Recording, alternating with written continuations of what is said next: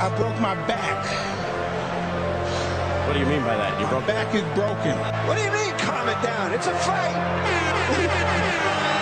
Referees telling two fighters who want to fight to calm it down? He should calm down. I saw he's like a clown in his show, man. He's not your guy.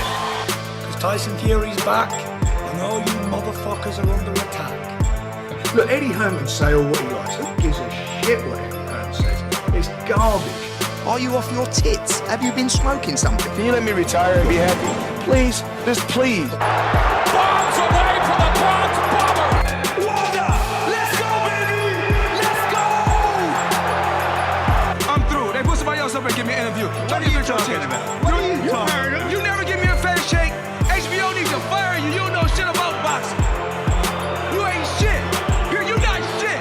I wish I was 50 years younger and I'd kick your ass. I got dropped, man. Are you kidding? No, you won the fight. OMG, I am so excited. Any of you radio personalities think you want smoke? Call me Mr. Chimney. I want smoke. Yes.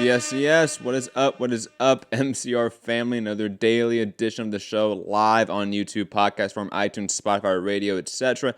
I am Matt, the Hipster Hunter. Find me, Matt Hunter, MCR, all social media platforms. I'm solo dolo today, so call in 323-870-4051. Press 1 to get in the queue. International callers, call in on Skype, Mix Combat Radio. Oh, it should be a really fun and interesting show, guys. You guys know me. This has been a topic and a news story that I have covered ad nauseum on the show, and I think I've covered it pretty well. I will say this. I think I've covered it a lot better than other boxing YouTubers. I will say that for sure. But man, it's here, guys. The final verdict from UKAD. Dillian Whyte is cleared. Yay. Nay. Yet to be decided. Obviously gonna give my take and my opinion about everything heading forward. But a lot to get to. Obviously, with the Dillian Whyte being cleared by UKAD just 24 hours, or within 24 hours of his upcoming fight, in a record 4-month review process. Really quick from UKAD compared to other cases, but digressing from that. So much to get to. Plus, Canelo Alvarez, per Oscar De La Hoya, might go to Saudi Arabia for his next fight. Yeah, you guys know my opinions about that one. And plus, Callum Smith in line, now the mandatory to David Benavidez, and the winner of David Benavidez, Ivani Yildirim. And I want to say I talked about that before, but Rob's telling me I didn't, so we're going to talk about that on this show. And again, anything else you guys want to talk about, so call in or in the live chat, drop a question, topic, whatever it may be, and I'll obviously talk about it, because there's not a ton to talk about today. And let's be honest, if it wasn't for the Dillian Whyte news, I wouldn't be doing a show today, just being completely honest with you. So I'm free to talk about anything other than Dillian Whyte as well. So if you guys want to ask questions about anything outside of that, go for it in the chat. But let's get to the obvious massive news in the boxing world that is definitely breaking the Twitter sphere, so to speak, right? Breaking the social media sphere of boxing.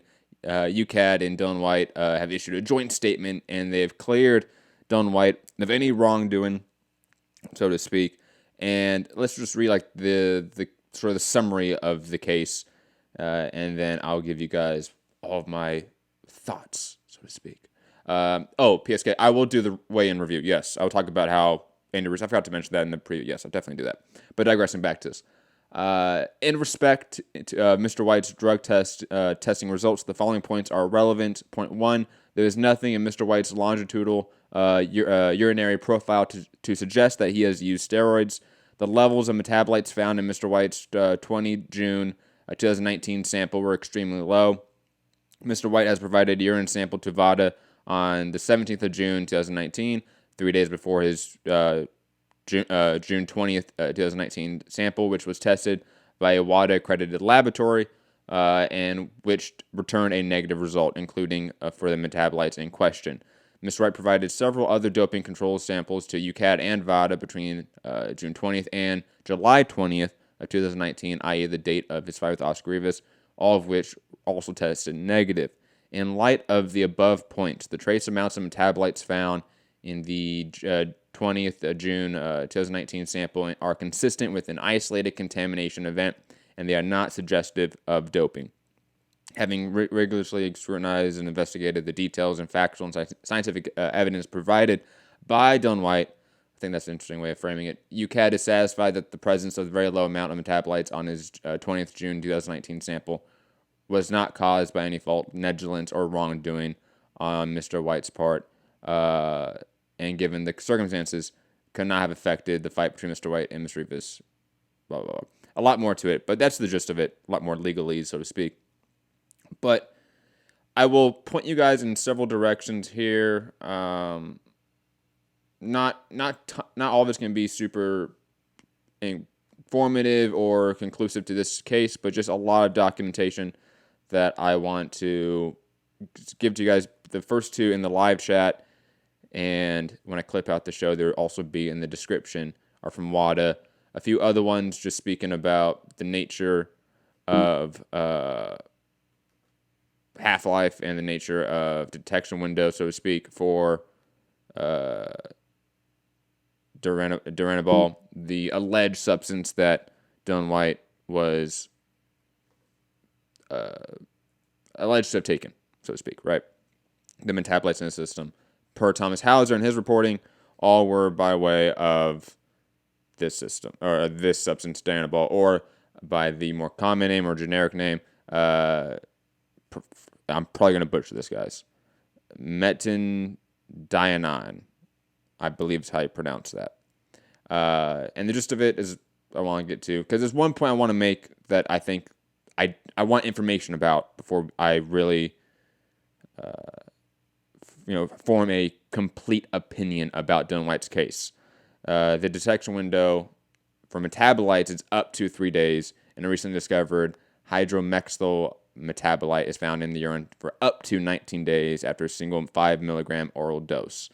And all the information can be found here in textbooks and online scholarly information that all of you guys can get to. And again, I know these are links that you guys don't maybe want to read, but it's informational, and I've read them all, and I implore all of you guys to read them as well, because I'm not going to be able to say everything that's in them or remember that everything that's in them. Just being honest. Like, I'm not educated enough to, recite everything, but there are probably some people here that are very educated, that are very smart, that listen to the show, that I assume want to read this stuff. And because this show, I think, is a show that promotes more of a substantive conversation and dialogue about topics in boxing, be educated. Like, go read up on subjects about this, and then come back and have a conversation about it, because I think it'd just be better for all of you guys. I think Dillian Whyte, if he was tested within 3 days, or within, let's say, even 4 or 5 days, right? Especially if it's we don't know the exact metabolite he popped for. We don't know the exact substance he popped for. It's all alleged still. Because most of the metabolites for Duranabol are within those 3 day windows. So if he, let's say, has a VADA test 3 days after the June 20th test, then his case is pretty much in line with the contamination case. And contamination is an issue in PD regulation that I've been very adamant about, that we need to be more lenient on. However, we don't know that information. We know the test before. We know 3 days before the positive test for Duranabol, alleged Duranabol substance metabolite, that he tested negative. We don't know afterwards what the time window is for those tests. That, to me, is interesting, and I want to know that. Also, UKAD has not released what his levels were, and I find that interesting. While there aren't necessarily threshold levels for Duranabol per WADA, there is what's called an MARP, I believe is what the acronym for it, and that's what they test for. So that's what I'm curious. It's not a detection, I forget the exact acronym, but it's not for example, like marijuana has certain thresholds. I think it's like, last time I checked, it was like 750 milligrams or something like that in your system. And that's the threshold for weed. You can pop for all of that, and you're fine. Dianabol, from my understanding, doesn't really have that. And on top of it, from the MARP is a very small window. So I'm very curious, not window, very small number. So I'm very curious what they pop for, what Whyte pop for, what that number is. I need that information to make a real conclusive opinion about this, to be honest. Because this case is in 4 months' time reviewed and finished.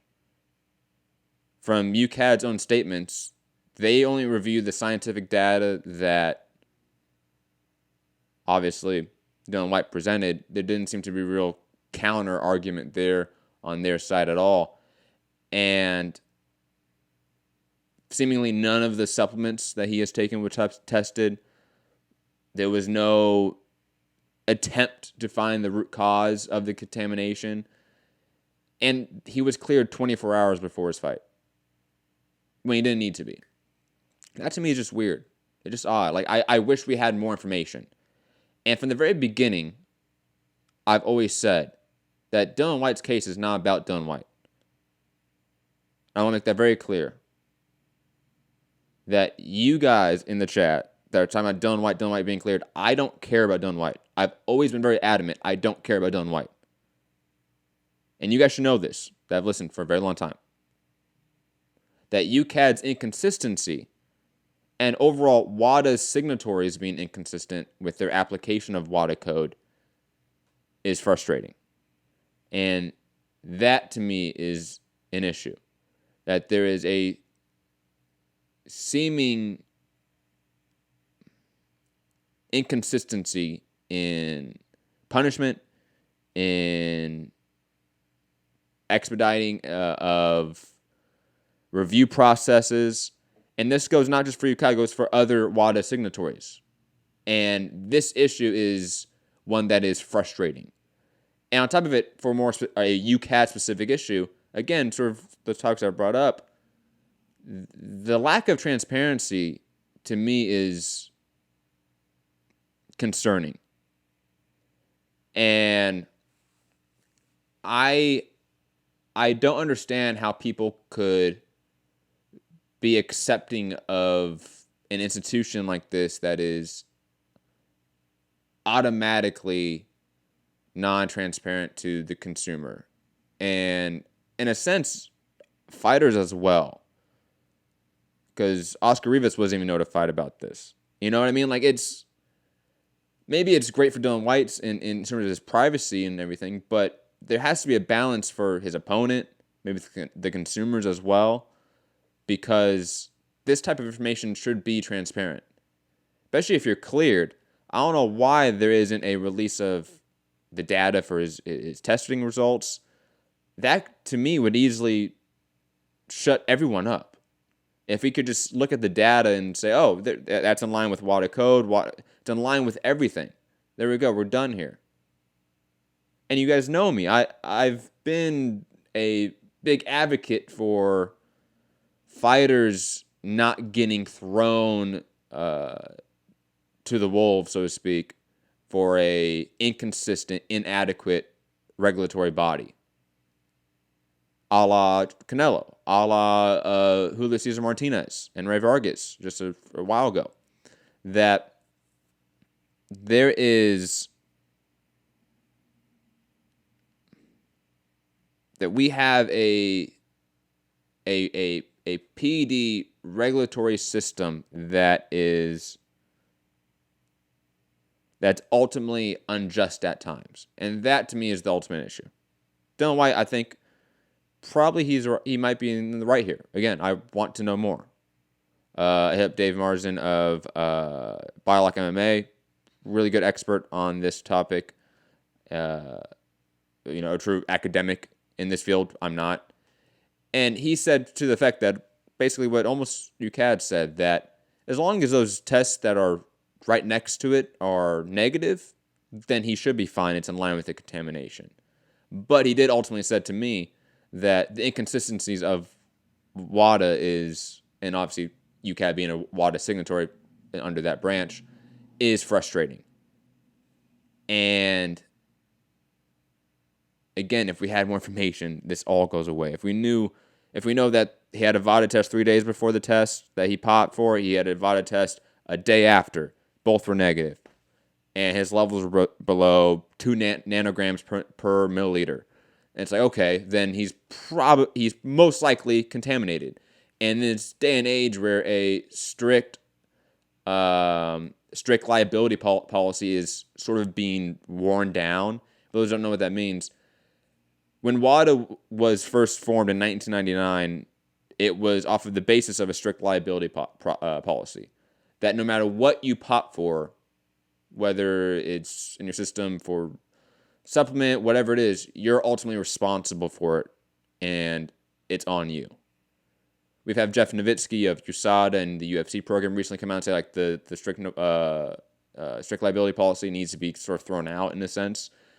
WADA's recent amendments to their code have really increased thresholds for a numerous amount, have increased sort of contamination rulings and the scope of them, so to speak, for WADA signatories. So again, Dillian Whyte's case is not ultimately one where I'm thinking that he is in the wrong, that I think he needs to be crucified. I don't think that at all.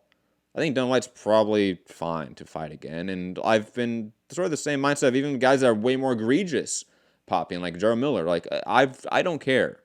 I care about UKAD not being transparent.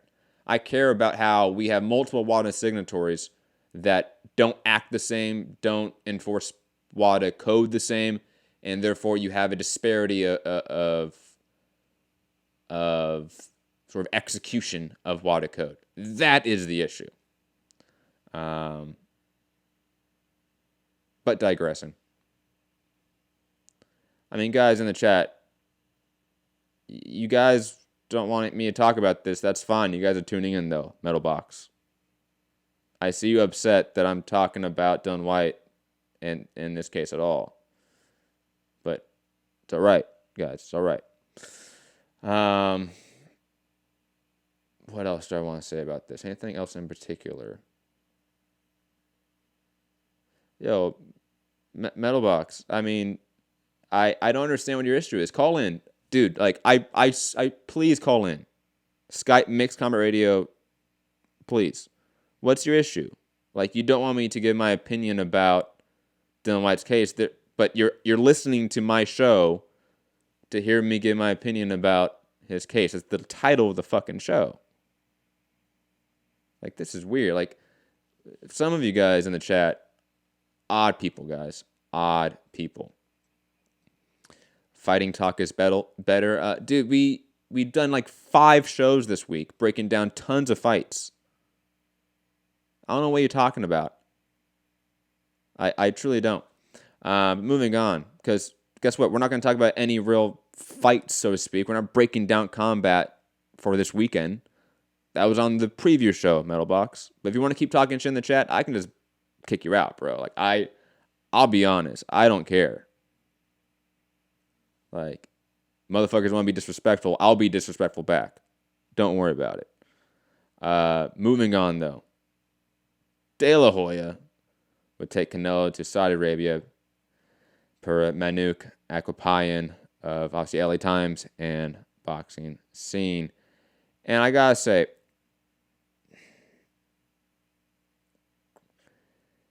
De La Hoya said if he was offered a sizable fee, much like Matchroom head Eddie Hearns scored in Saudi Arabia to stage a fight with Alvarez or any of his world champions, he'd absolutely take the fight there. I gotta say, I really don't like the idea of obviously sports washing a nation that is currently involved with genocide and massive human rights abuses within its borders. I don't care for that. Obviously, like it's like you guys know, I don't like covering even like the fight coming up tomorrow in a way because of what it is, what effectively it is doing. Whether it wants to do it or not, it is doing it. Canelo Alvarez is a guy that largely has obviously fought in Vegas, fought in MSG once, fought in Texas a bunch of times. I don't understand why you're taking Saudi Arabia against you get a huge site fee, as Oscar says. And to me, with AJ going to Saudi Arabia, at least the silver lining in it, in a weird way, guys, for you UK fans, it's a way better time slot for you guys. It's prime time for you, even though it's not in the UK. There's a kind of a benefit to that, at least. With Canelo going to Saudi Arabia, it just hurts his fan base significantly so.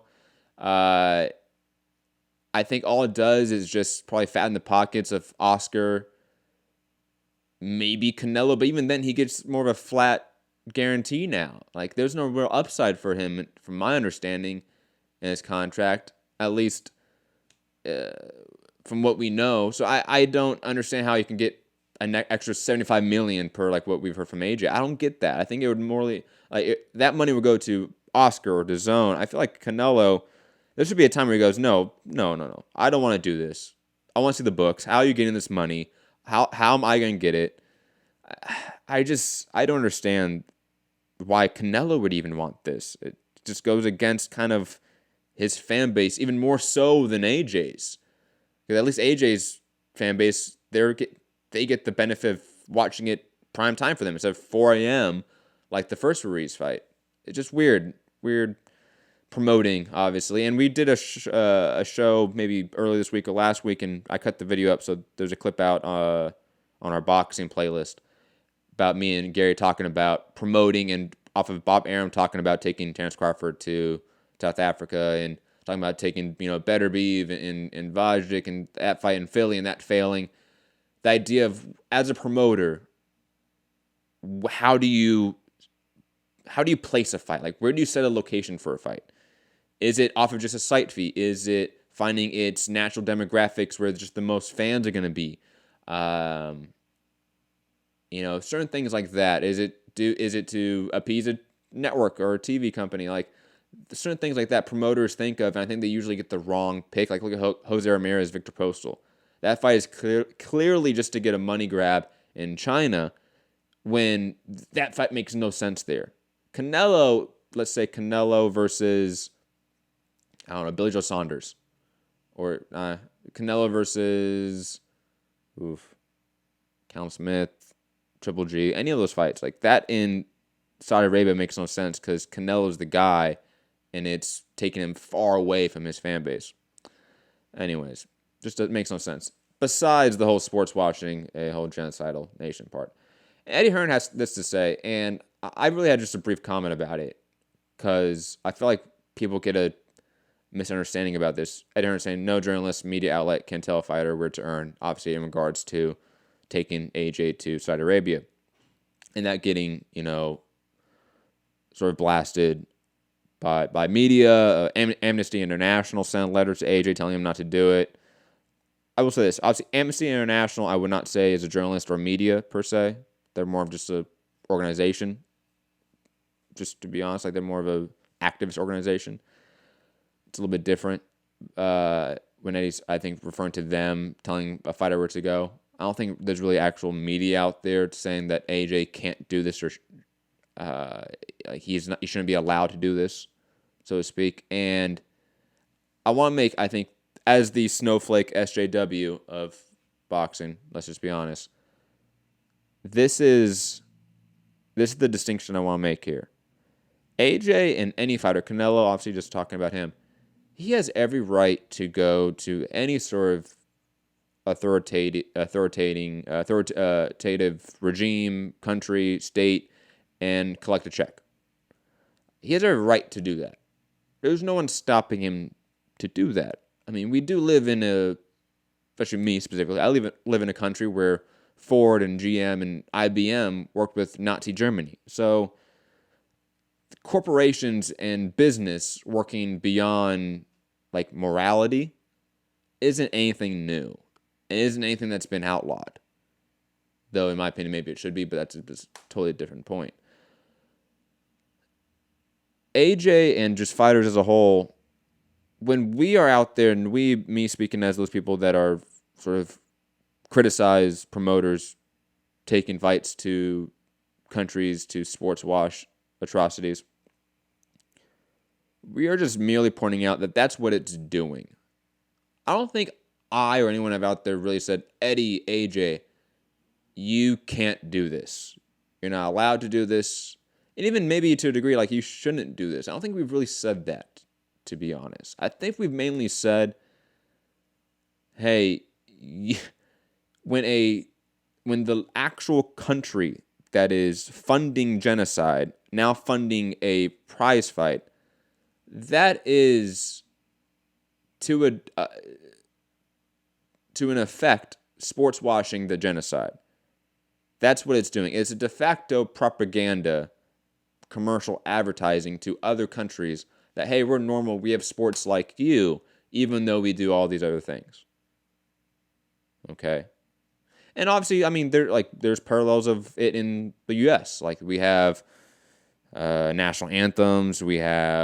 Usually we have some sort of military presence at, NFL games, especially, or NBA, MLB games. We have the flyovers by military jets. Like, this is a thing that is common, that nations propagandize sports through sports to sort of hide away the atrocities the military is conducting. Eddie saying, I think you're a bit off on the genocide thing. No, I'm not. Eddie, no. Look, dude, if you don't, just type in Yemen genocide. Guys, like, hold on. You know what? I got time today. Now, you guys see these pictures. Again, I got time.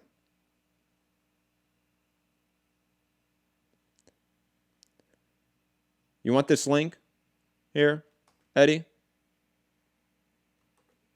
Here you go. It's in the chat.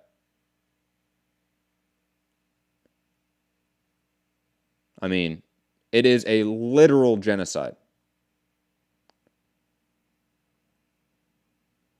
This is genocide. This is what Saudi Arabia is doing right now. The same government that is paying Eddie Hearn and Matchroom to have a fight there is also dropping bombs, starving an entire ethnic group. Okay? So I don't understand how you, as a human being, can look at these pictures, look at them, and tell me that you want to take money from them. Okay? How can you do this as a human fucking being? Please tell me. Please. Okay? I mean, you want to just look up the definition of genocide? We can do that right now. I got time. The deliberate killing of a large group of people, especially those of a particular ethnic group or nation. That is definitionally what Saudi Arabia is doing. They have blockaded, they have bombed, they have systemically gone after the Yemeni people. Okay? I just don't understand how you can argue otherwise. And Metalbox saying, are you telling us to boycott the fight? No, I'm not saying that. I'm saying be aware of what you're watching. Be aware of the propaganda that's in front of your eyes. Okay? That's all I'm saying. To bring it back to my point, I'm not telling you or others, don't do this, don't do that. I'm just merely bringing awareness that this is what it is. You may have a response to do X, Y, and Z, but that's not what I'm telling you to do. Okay? That's not what I'm telling you to do. I'm telling you just to be aware that this is the actual 1 + 1 = 2 effect of what you see. That the Saudi Arabia government that is bombing churches, schools, hospitals as we speak with US and UK made bombs. Okay? That same government is also paying for fights like the World Boxing Super Series to come. Okay? It's paying obviously for AJ Ruiz. Similar country like UAE. who's also involved with this genocide in Yemen, also paid for, obviously, the UFC to come there. Both states have slave labor as well. I don't know the way to phrase it. Like, they literally have slave labor. Am I, like, you want me to look? I can look that up too if you guys want. Here. I actually did a whole thread about this. Hold on. Let me find the thread. Because this way, guys, I can just show you all the links. It's so much easier. So much easier, guys. Sorry about this.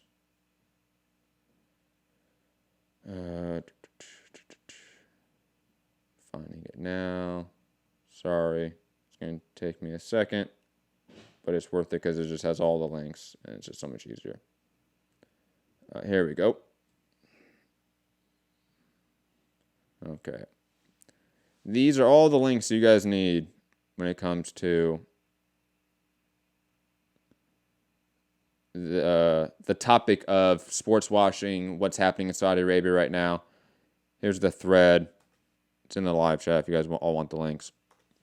But also just greater issues of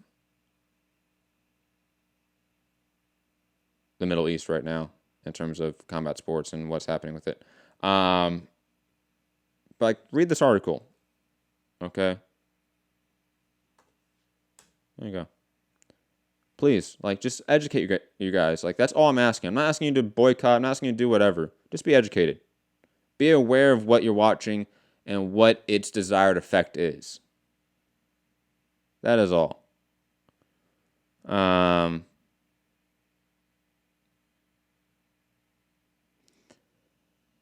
And guys, we all participate in societies that have oppressive natures, oppressive systems, racist systems as well. Because we live within those systems does not mean we're automatically complicit in those systems, right? It's only when you are actively saying, hey, those issues aren't real or they don't matter, that then you become complicit in those issues. You know? Like, it's the old thing like, oh, you have an iPhone, you can never talk about sweatshops. It's like, well, the entire industry of Western civilizations run off smartphones. Everyone has a smartphone. Every smartphone's produced in third world countries or countries that have limited labor laws and regulations. And that doesn't mean we're in favor of that. We just happen to live within a society that has this oppressive sort of apparatus. And to call it out is not to be hypocritical. To call it out is what you need to do, because that's how the system changes. You know what I mean? Like, I just feel like this is pretty obvious.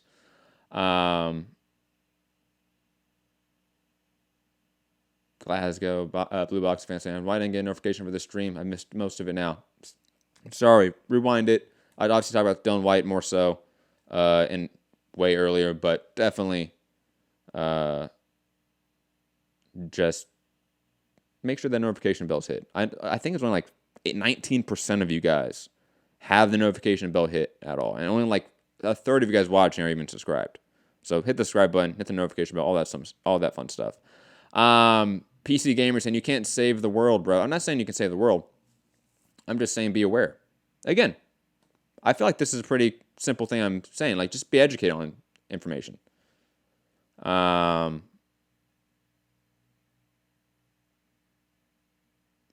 Eddie saying, we know this, but engagement is better. I don't know what you're talking about in regards. Well, they're good. Comments in the chat. Let me see. Chase making great points. Smash the like, guys. Yes. Do that. Do that. Heavy D saying, you're getting too political, bro. Sorry. These are my opinions. I mean, I think you guys are pretty aware I'm a huge leftist. So just be aware of this. And when we're talking about issues that bleed over to a social-political sphere, then of course I'm going to bring my worldview into it. Like, that's just how punditry works. It's my opinions and my expertise on matters. Sorry. If you guys don't like it, that's fine. I mean, again, we did a ton of shows this week. If you guys didn't check them all out, didn't finish one, ton of news in them. Check them out. Plus, we're going to get to some news. Jonathan Fitch making a great point. Matt for president. Fuck no, though. That would be a shit-ass job. Awful.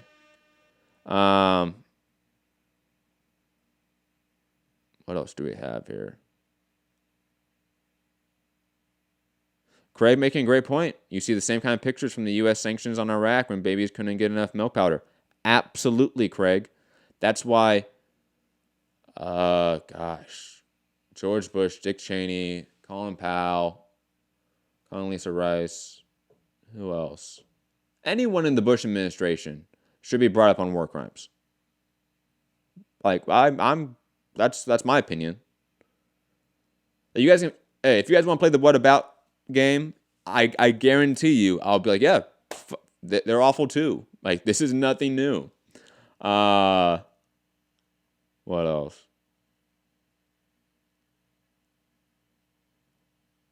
What else do we do? Mailbox saying, did Tyson Fury golf World Boxing Super Series Formula 1 sports wash? Yes, they did. And they did get called out. Here's the article in The Guardian by Kareem Zant.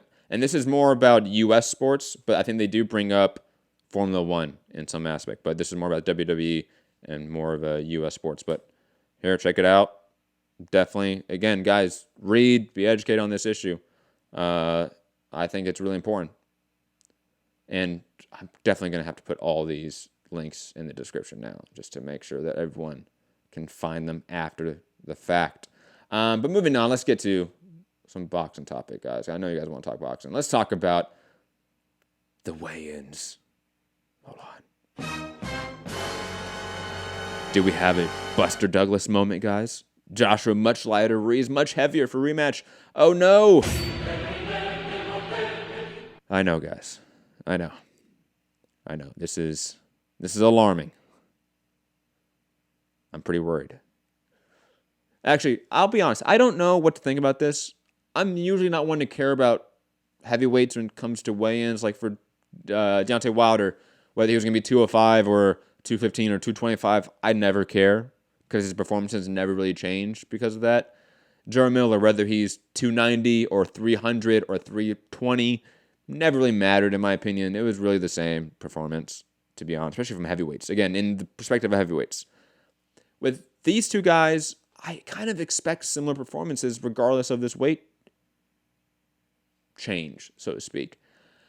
However, I will say this. As somebody that does get slightly superstitious when it comes to sports, and this being the same number of pounds increase from James Buster Douglas, I always have to add the Buster, defeated Mike Tyson and then lost to Holyfield. It's alarming because sports are weird like that, where it does feel like it's some weird hand of some flying spaghetti monster out there dictating what's happening. I don't know. I'm more of the mindset that heavyweight weight discrepancies or weight changes largely don't matter.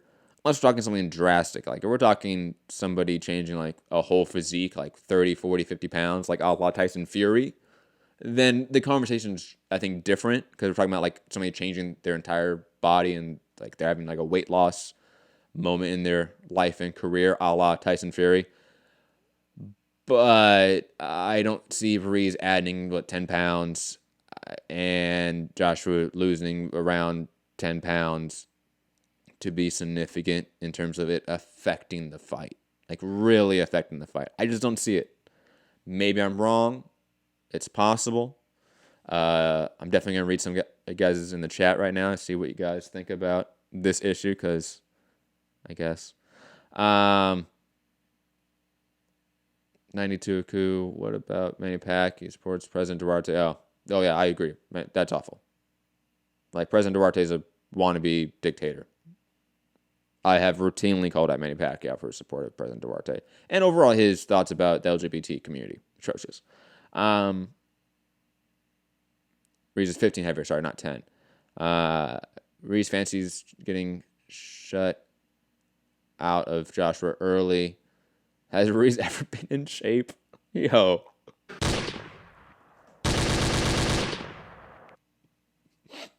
Craig, man, that's so mean.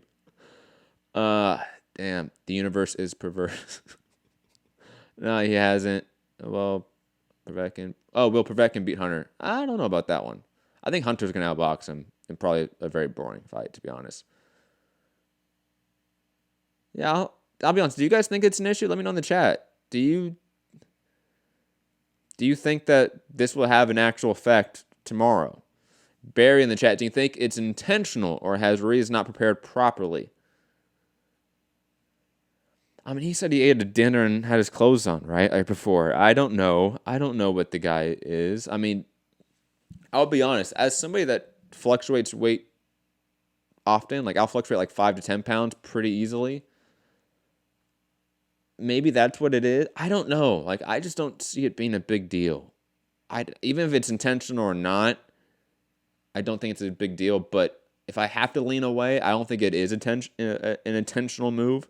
I think it's a little more of an accident. Does that mean he wasn't prepared properly for this fight or isn't prepared properly? I don't know. I'm going to say no.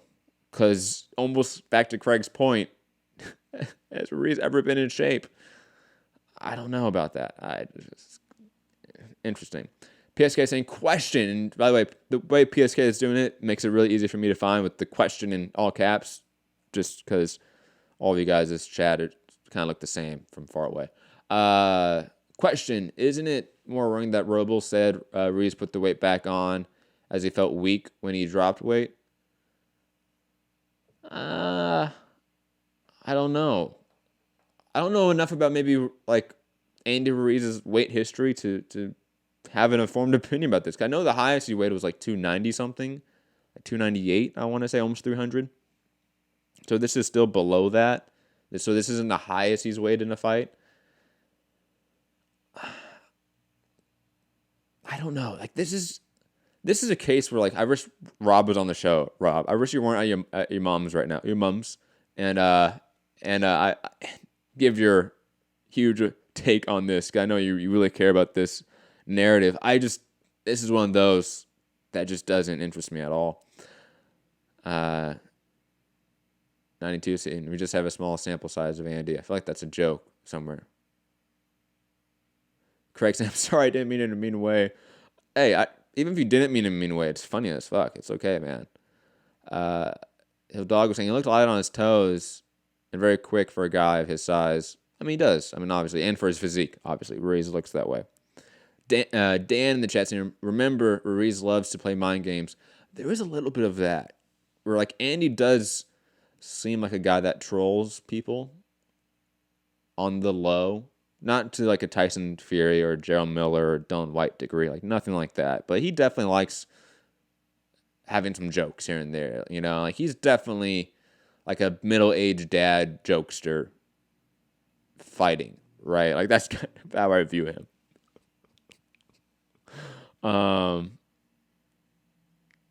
UK Rob saying highest since second pro fight. Ooh, Rob, look at you with the news and the factoids. Eddie with a good question. I like this question. Is the fight getting much hype in the U.S.? No, there does seem to be a little bit of a disconnect, to be honest, for this one. And I'm not surprised. Like, think about, like, it was AJ's first fight in the U.S., MSG, New York. The entire machine was behind that fight. That felt like something. This one's off in the desert, hidden away, at an odd time. No, I honestly feel a significant lack of hype or attention for this fight comparative to the first one. But then again, it's kind of assumed with the obvious context of where this fight is, what time it's going to be, all of those factors involved, and where the first fight was, and the factors of it being AJ's first fight in the U.S. that in of itself was a selling point that sold, to be honest. Dan saying, I heard there's a major event in the U.S. at the same time. Yes, it's a college football game. I forget which one. Gary would know. Alabama, LSU, one of those, I'm guessing. I know Gary, some are listening, like, no, it's this team. How do you not know? It's FSU or some bullshit. Oklahoma. I don't know. But yes, there's a college football game. Pretty big one. And college football is big. I just don't follow it. What viewer numbers do you think DAZN US will get? Says Eddie. I feel like the barometer now is always that Canelo Jacobs fight, right? Which was like 600,000. We still don't know what KSI Logan Paul did, but we did find out that Eddie lied about it being the best UK pay-per-view of the year. So I'm now expecting he lied about it being the best DAZN event of the year as well. I'm expecting to do around 400 to 500,000 viewers, because plus DAZN has gone bigger with that time. But I would expect close to half of the overall subscriber base of DAZN to tune into it live. Around that, to be honest. 92, a coup saying, question, Andy only named fighters Parker and didn't watch it. Heard it was boring. Am I still hardcore? Yeah. 92, that's a good question. First off, that's not a boring fight. I don't know who said it was boring. That's a good fight. It's not a fight of the year contender, but that's a good little fight. Go check it out. Definitely find it on Daily Motion. And are you so hardcore? I mean, yes, there's a spectrum of hardcores. Let's be honest. Like, I for one, you guys know, like, I don't have a deep knowledge of like boxing. Let's say 1970s, 80s, 60s, 90s. Like, that's just not my forte. I'm not a boxing history guy. There are boxing hardcores that have that forte. I love this question and answer part, by the way, guys. This is normally, by the way, guys, what championship rounds is on Friday at this time. But with the Dillian Whyte news, I decided to make it a free show. So usually, guys, Friday at this time, patreon.com/Mixed Combat Radio. I answer all these sorts of questions. So just letting you guys know. PSK saying, question, watching Ruiz versus Parker, would Ruiz slowish foot speed be an issue, being even heavier and in a colder climate than Ruiz is used to? Saudi cold at night. I don't think it's the foot speed is not an issue in this matchup, in my opinion. I think it's going to be whether AJ can land early and often, and if he can start pushing Andy back. That, to me, is what I want to see. You know, we talk. There's sort of a narrative after Kovalev-Canelo that Kovalev never fought like the big fighter. He fought like the small fighter in a way. Not in terms of like wanting to get on the inside and stuff, but just being tentative, being scared of the power. He was the big guy with the power, with the height, with the reach. He never tried to impose any of that on Canelo. And I think that hurt him to a degree. Maybe he knew he couldn't, but I think he didn't, and that hurt him. Similar to this fight, AJ is bigger to a degree in terms of just dimensions, maybe not pure weight. He has heavier, I would say, power in terms of pound for pound power. He needs to act like the big fighter and start pressing him a little more, in my opinion. Impose his will a little bit. Not necessarily get on the inside and duke it out, but try to make it his fight instead of having to react to Andy Ruiz and struggle to get his jab going. Because he kind of did that in the first fight, in my opinion.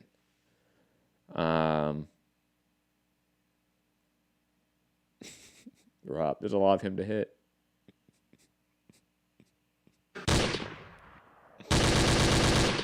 Oh my God, so good. So good. Dan, I don't know who you're referring to. I'm referring to Ruiz or AJ, saying, mate, his footwork is great now since last fight.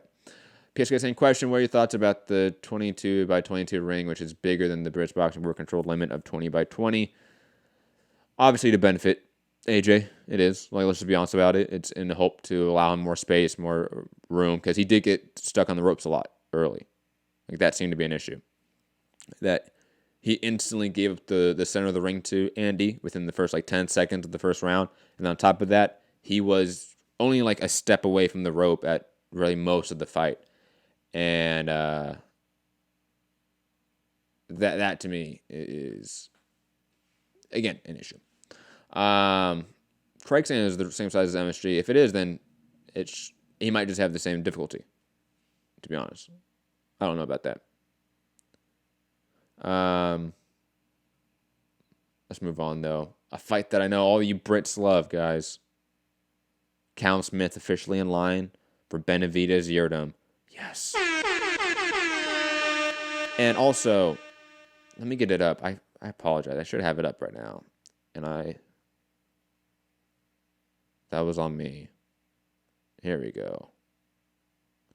There was a sort of back and forth, so to speak, between Joe Gallagher and Eddie Reynoso, obviously the trainers of Canelo Alvarez and Callum Smith, respectively.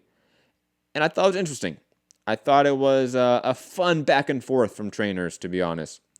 Joe Gallagher says, phone call away, Canelo versus Callum Smith. Canelo team in Saudi this weekend for big fight with possibly his decision made on who his next opponent will be. And Callum Smith is a strong possibility. And then Eddie Reynoso replies, easy work, Joe. Which I wonder if that's really Eddie Reynoso talking. I really hope it is, to be honest, and not like somebody like some assistant that works his Twitter account. Because Eddie does seem like a guy that talks a lot of shit on the low. I'd be curious to see what happens there. And on top of it, Joe comes back saying that's not what you're telling Eddie Hearn. Ooh. So we have Callum Smith being lined up by the sanctioning body to be the mandatory to David Benavidez Ivana Yildirim winner, which I gotta say, interesting move for another sanctioning body to line up another sanctioning body champion in accordance with them. Like they're all in agreement here with the WBA and the WBC. They're working in tandem here. But that's a good move, to be honest. I'm not usually giving any praises to the sanctioning bodies, but them working together, good. That should be just forced by nature from some sort of apparatus, a la the Ali Act, which it should do, but it doesn't. But it's good to see them work to unification. And Callum Smith being lined up for Benavidez Yildirim winner makes a lot of sense. Would be a fantastic fight.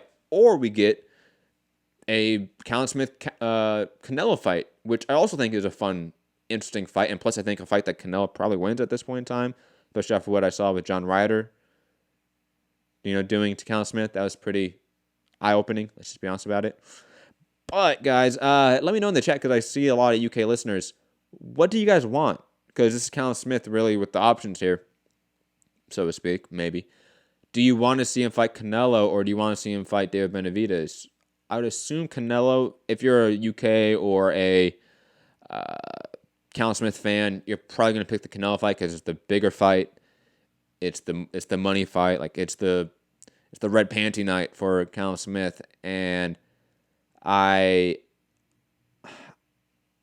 see the David Benavidez fight being a hard fight that it builds his legacy for the hardcores, but that's a hard fight, significantly so, and I think just as hard as the Canelo fight. Not to the same 1-to-1 reason why as it's hard, but they're both very hard fights for Callum Smith. Let me see.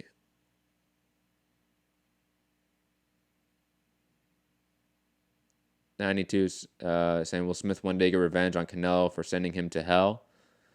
I don't know what you're referring to specifically, 92, to be honest.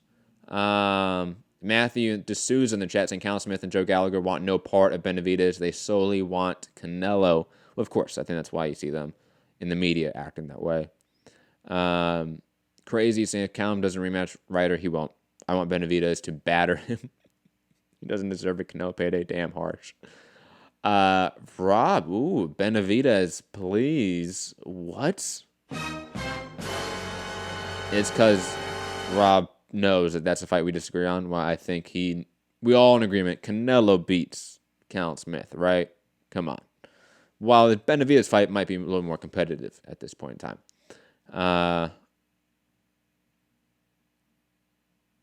Dan said, I won't lie, but a lot of English have turned against Smith. It does seem like a lot of English have turned against Smith. It does seem that way.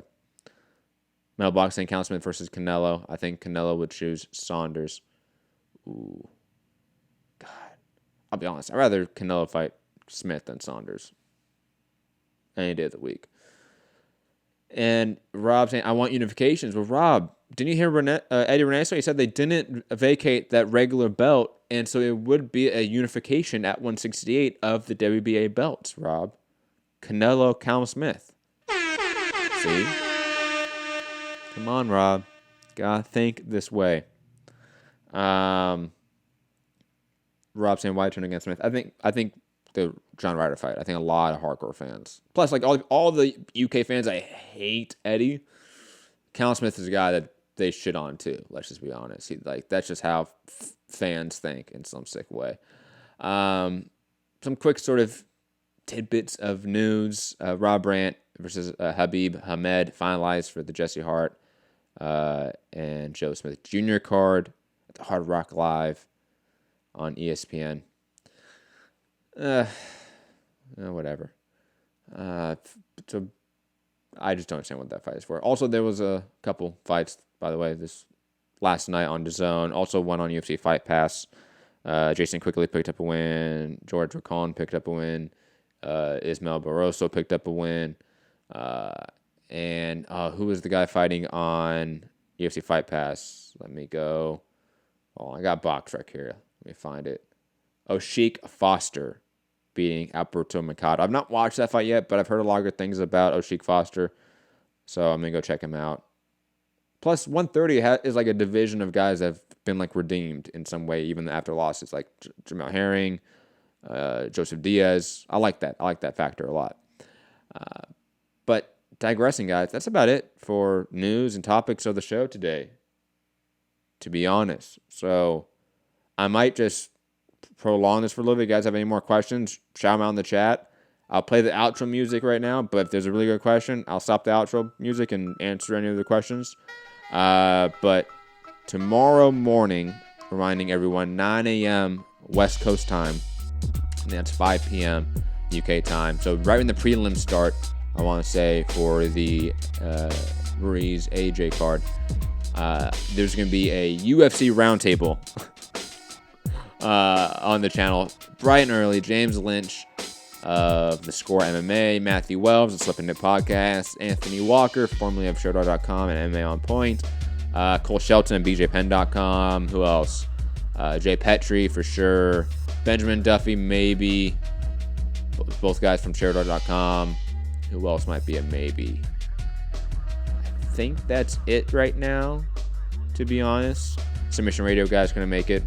It's all right, Dennis, Casper. Love you guys. Don't worry about it.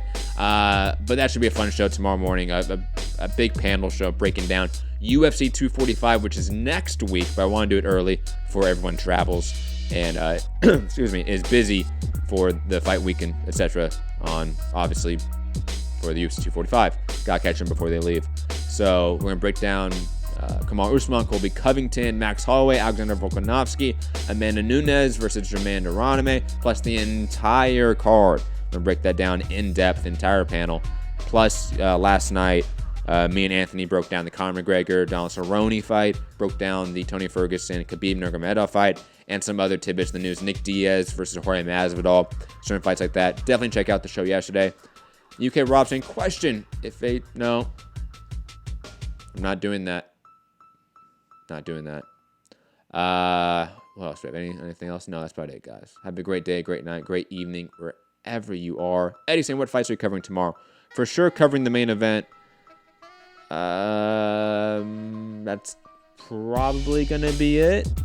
And I'm gonna do a live fight chat, media reaction show, which I'll break down the rest of the card. And that's again I might do Jamal Charlo, Dennis Hogan fight just for the shits and giggles, right? Just do plus the Korbov Eubank, or maybe just do a post-fight show, something to that effect. I might do that as well, Eddie. But anyways, guys, have a great day, great evening, great night, wherever you are in the world. Hit the like button, share the show, subscribe. Patreon.com/Mixed Comment Radio. If you're listening on podcast form on iTunes, drop that 5-star review and write a review out. Like, actually write out some words. Or it's a 1-star review and you hate us, write out a review. I don't care. You're that one guy that's always hitting the thumbs down on all of our videos. Where's your 5-star or 1-star review on iTunes? I'm waiting for it. I'm assuming it's going to be really interesting.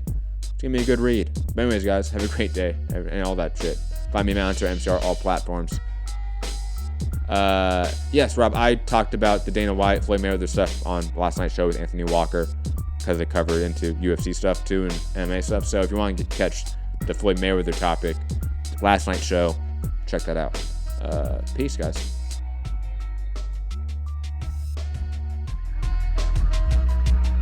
Everybody's on steroids. The whole UFC, everybody.